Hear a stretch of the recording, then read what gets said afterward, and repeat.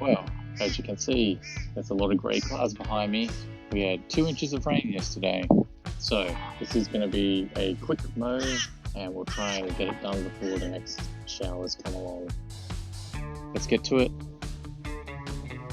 Before we get started though, let's have a look at how the lawn is recovered. We did have some scalping. It did go a little bit brown when I was picking up the runners. Nothing much I can do about that, but it is growing back in nicely. G'day and welcome to another video from Dave V Lawn. So, the lawn post Scarify was looking quite good at the end of the last video. However, running the Massport rotary mower over the lawn the next day to pick up the runners on top might not have been the best way to deal with that problem. The lawn was definitely scalped a little too hard trying to pick up all the runners, and to make things worse, not all the runners were collected either.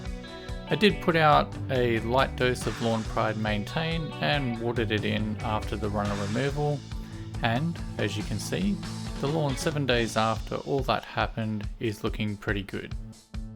The grass which survived has definitely grown and could have used an additional trim this week. However, I have left the lawn and not touched it since.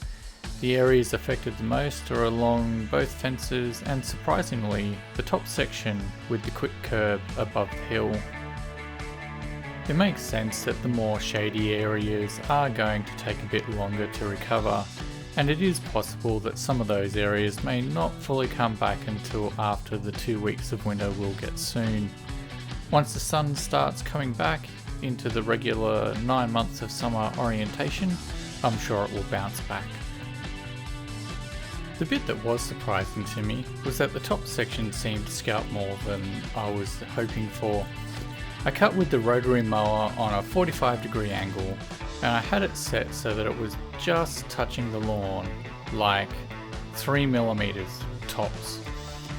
I guess the leaf zone really is that thin in some places, and the vacuum action was enough to just get underneath the leaves and take them all off. Oh well. The lawn, however, is looking like it is coming back nicely though, and I promise that I'm not going to be doing anything like this again this season until it's time for the spring renovation. For the record, I checked the Allett blade again and it did need adjusting. It took 2 clicks on each side to get a cut right along the edge. It was cutting paper on the edges after 1 click, but not in the centre, so that's why I had to go another click. I am thinking it's going to be time to get the 6-blade cartridge professionally sharpened. I'm still using it weekly, so the spring renovation time, when the lawn is getting scalped, is going to be the best time to get that done, I think.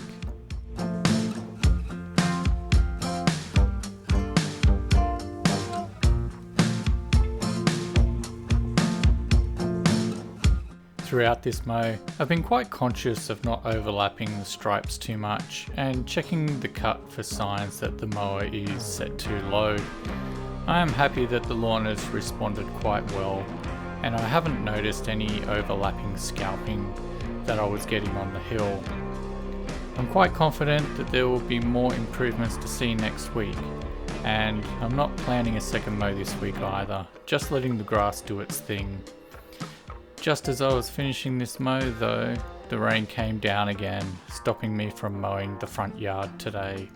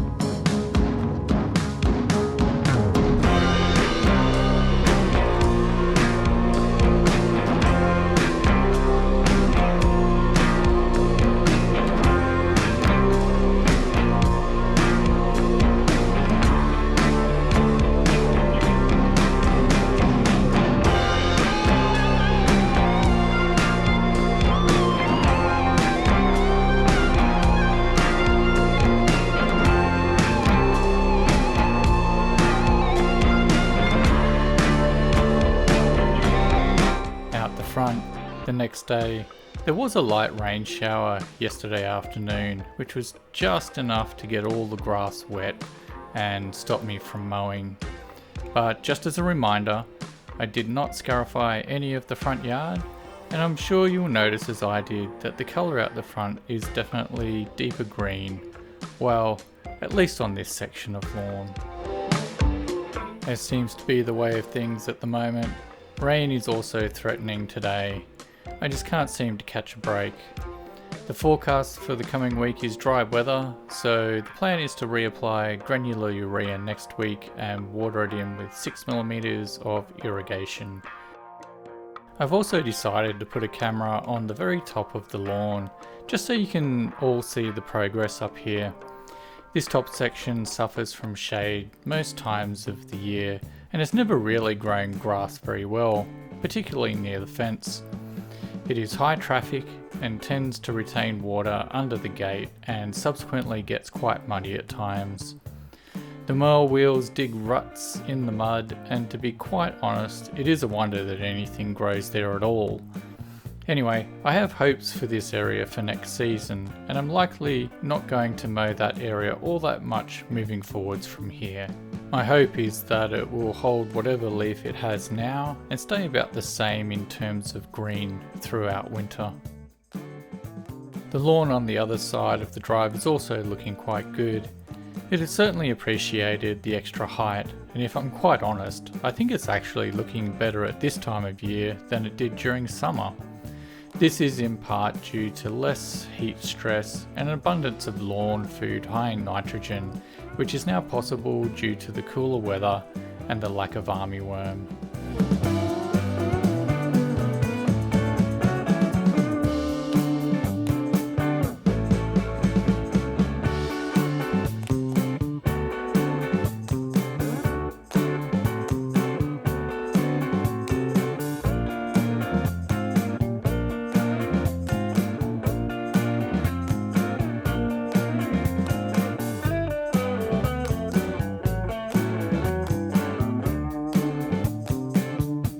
The armyworm threat is low now, as they seem to have moved away for warmer regions.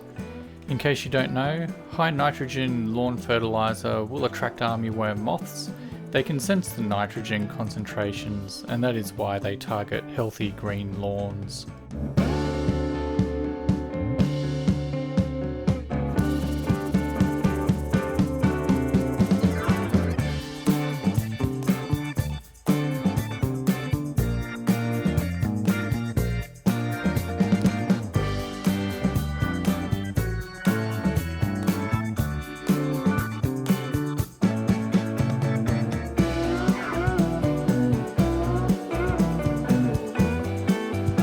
I took care of the fallen leaves the day before, so you are seeing just a single day of leaves that collect on the front yard. I am also starting to notice the Allett rake is pushing the leaves to the end of the stripe. I've never noticed this before. I'm not sure if it is a better solution than sucking the leaves up with the rotary mower, but it's good to know that the Allett does this anyway.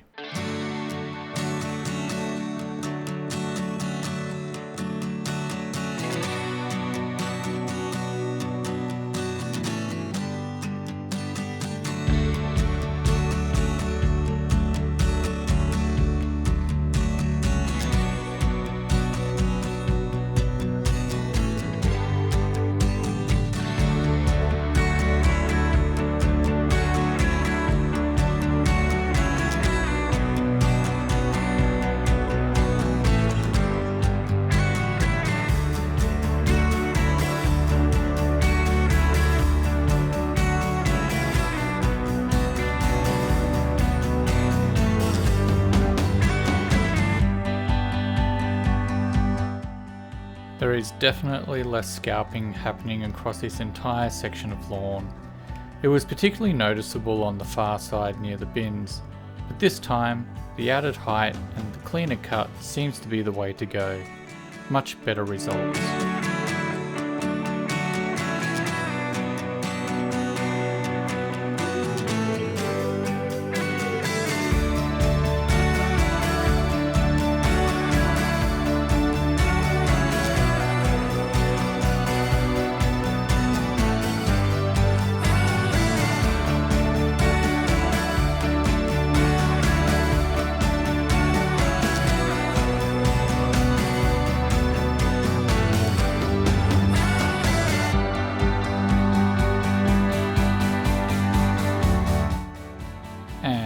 right on cue, the rain starts again as I'm leaf blowing. Just got away with it again. Anyway, that'll wrap up another video. Thanks for watching. Please like, comment and subscribe. See you next time. Hooroo!